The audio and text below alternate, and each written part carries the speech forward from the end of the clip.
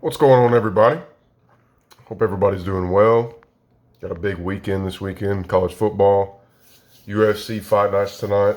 Sean Brady, Gilbert Burns, and then next week we got Noche and at the Sphere in Las Vegas. I'm hell of excited about that. Man, I'm so ready to see O'Malley and Dwalishvili go at it. Mexican Independence Day. Man, Grasso and Shevchenko.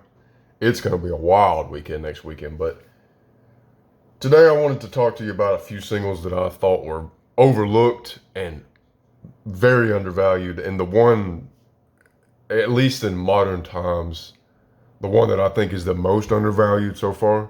So I'm going to get into that. Also got some Shrouded Fable to open too. Excuse me. So I'm going to probably just do them both at the same time, so it isn't such a long video. But the first one, and I don't have these in hand, but I'm gonna pop them up on the screen. So the first one would be the Dragonite EX from X and Y Furious Fist. Now the full art. Oh, I did not know this. These are sweet. Check that out. Anyway, the Dragonite. The artwork on it is really nice for starters. It's an X and Y card, so it's a little bit older. You know, I feel like the full arts in that era were a little bit slept on because I did it myself. I thought they were kind of ugly at the time of seeing them for the first time, but as I've gotten deeper into the hobby and looked back on them, I really have grown to like them a lot, especially Dragonite. Dragonite's being one of my favorite Pokemons. Why is this not opening? There we go. So, it's a full art from X and Y Furious Fist, obviously. I don't really remember what the pull rates were on Furious Fists. So, I can't really tell you how rare it was, how rare it wasn't. But at the market price for it is $34.35 at the moment, and I feel like that's, if you can get it in near mint condition, for sure would be a nice card to have in your collection. But my opinion would be to pick it up in a PSA 10 because I'm not sure. I haven't researched what it is in the PSA 10, but the market price on it being $34.35, I feel like it is extremely cheap, extremely cheap. So the next one would be the Groudon EX from, it's a full art as well, from Primal Clash. Market price on it, $39.57. So a little bit more expensive, you know, getting close to that $40 range. But it's, I don't know if I said Furious Fist, or it's from Primal Clash, not Furious Fist. Anyway, Groudon, and I'm going to go ahead and dual team it with the Kyogre right here. The EX full art as well. Also from Primal Clash. Around the same exact price, $39.38. Got a creepy ass little Beware right there to start it off. So these two, I feel like these are two of the most, in my opinion, two of the more popular Pokemon from sets past for sure. And like old school, playing the games, Ruby, Sapphire, stuff like that. I just feel like they're really, the arts on them are top tier for as cheap as they are. I know $40 isn't really cheap per se, but Primal Clash, I think it was a less printed set. I know they did like some reprints. Or I don't know if it were reprints, but they had popped up in Walmarts like, I want to say 5 years ago or something like that. Kind of back when I was getting back into the hobby. Revo Vroom, I think looks off center. Too bad. So I don't necessarily think that they were reprints, but there were some probably backstock that just popped up way back when. And I got a new tripod, and I'm trying to get the picture where it looks pretty good. But those two, I'm going to be on the lookout for them if I find some clean ones in person. Now, near mint is what I'm buying, obviously. Because you always want to buy the best condition card that you can in case you ever do want to, kind of get rid of it or something like that. Or in case you have to get rid of it. You never know what life's going to bring you. So I always try to get the best condition card. But again, I'm buying both of these in a PSA 10 if I find them at a really good price. Because to be honest with you, they're two of my favorite Pokemon from back in the day. And I feel like nobody dislikes them. Pokemon. Groudon got a little re-up in popularity from the character illustration rare that just came out not too long ago. And it's probably the second most close to the first, or the most expensive card in the set that it was. I think it was Paradox Rift. But I definitely feel like they're undervalued, and I would definitely be picking them up myself if I find them. You just don't really see those in the wild. I could get on eBay and do all of this and all of that, but I don't really buy on eBay that much. But that's just me. If you find some PSA 10s on there, I don't know what they're going for, but if you can get them at a good price, I would for sure pick them up. The next one is it's a more modern card. It's from Unbroken Bonds, and it's the Greninja and the Zoroark, the Rainbow, the Secret Rare.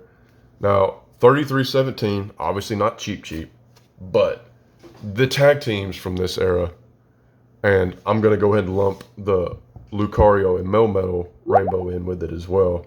Both from Unbroken Bonds. Lucario and the Melmetal card is at $24.80 as the market price right now. And I'm not saying they're cheap. You may not turn a massive profit on them if that's what you're looking for. I'm not really gauging these undervalued singles, overlooked singles as short-term flips. I'm looking at it as a long-term investment because both Greninja and Lucario, you have the Melmetal and Zoroark, obviously. So you get twice the Pokemon in the card, but the tag team Rainbows from the Sun and Moon era are some of the most beautiful cards, in my opinion, that I've ever come across, ever seen. Way better than the Rainbows in Sword and Shield, in my opinion. And the pattern is nice. Unbroken Bonds, I don't think the pull rates were that great on there. I could be wrong, because that's when I had just gotten back into the hobby. So they could be better than what I remember. But got a little ace spec there. Dangerous laser. Man, I dig these ace spec cards. So like I said, I don't really remember what the pull rates were on it, but at $24.80 for the Lucario Melmetal and then $33.17 for the Greninja and Zoroark, if you can find a couple that are in really good condition, if you want to grade them, obviously, send them off, see what you get. But I'm definitely going to start picking up some of the PSA 10s and the tag team, the Rainbows, because man, I love them to death. I really do. These Shrouded Fable packs suck, man. Suck. But definitely undervalued in my opinion. $40, $50 cards I feel like you can get for 25, 33 bucks. That's my opinion, obviously. Take it for what it is. Is that a special illustration rare? Did we get it? Oh no. That's a little full art though. It's a nice little card. Probably not worth a shit, but still a nice pull though. Really nice pull. But PSA 10s and those Rainbow tag teams, and that goes for all Rainbow tag teams in my opinion. Even the least popular ones like the Muck and the Lola Muck or something like that. Just the ones that aren't really. Man, these things just terrible. The ones that you wouldn't really look back on, or popular Pokemon or anything like that.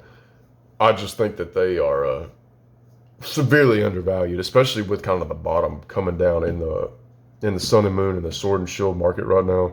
Alt arts are dropping out and everything like that.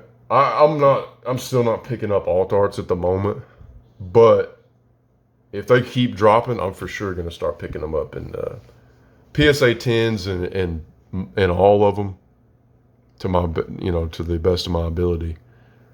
But if I dig the art in the alt arts, for sure picking up a couple for the binder as well. Now the last one, and this is I consider to be the most undervalued card in, I would say, the last 7 years or so. What is that? 2017? Yeah, probably so. Maybe even back farther than that. But I'm going to play it a little closer to the vest and just say 7 years. But the Celebi V alt art from Fusion Strike, $28 for this card is what the market is, and you could probably pick some up on eBay for 25, maybe even cheaper than that. But when I say I think this is the most undervalued card in the modern-ish era, I believe it wholeheartedly. I'll be picking up, if I find them out in the wild, I'll pick them up. Especially if I can get some PSA 10, man. If I could get 2, 3, 4, 5 PSA 10s in this Celebi V alt art, I feel like the art is absolutely beautiful on this thing. I mean, one of the best looking alt arts, one of the best looking cards in the Sword and Shield era, for sure. I'm picking it up, just to make a long story short, and I really think that you should too. I think it's the most undervalued card, the undervalued art at $28. If it drops anymore, if you could get them for $20, I mean, my goodness, I for sure would be picking up at least a few of them, to hold or maybe to flip in the future, whatever you want to do. Maybe even the near future. I don't know what the alt art market is doing besides crashing at the moment. Everything is kind of cyclical in a bubble. The bubble blows, the bubble pops, things get hot, things do this, things do that. And I know with Stellar Crown coming out next weekend and then Surging Sparks later on this year, there's some hot ass sets coming out for the Scarlet and Violet era. So the Sword and Shield era, the Sun and Moon era, the stuff is probably going to start getting a little more not so inflated. The market's going to start recorrecting. Oh, Jesus. Recorrecting. And maybe you can, pick up some more of those things that were inflated a little bit during the summertime and put those back into your collection. But I hope everybody has a fantastic weekend watching football, watching UFC. I appreciate you guys stopping by as always, and I'll see you soon.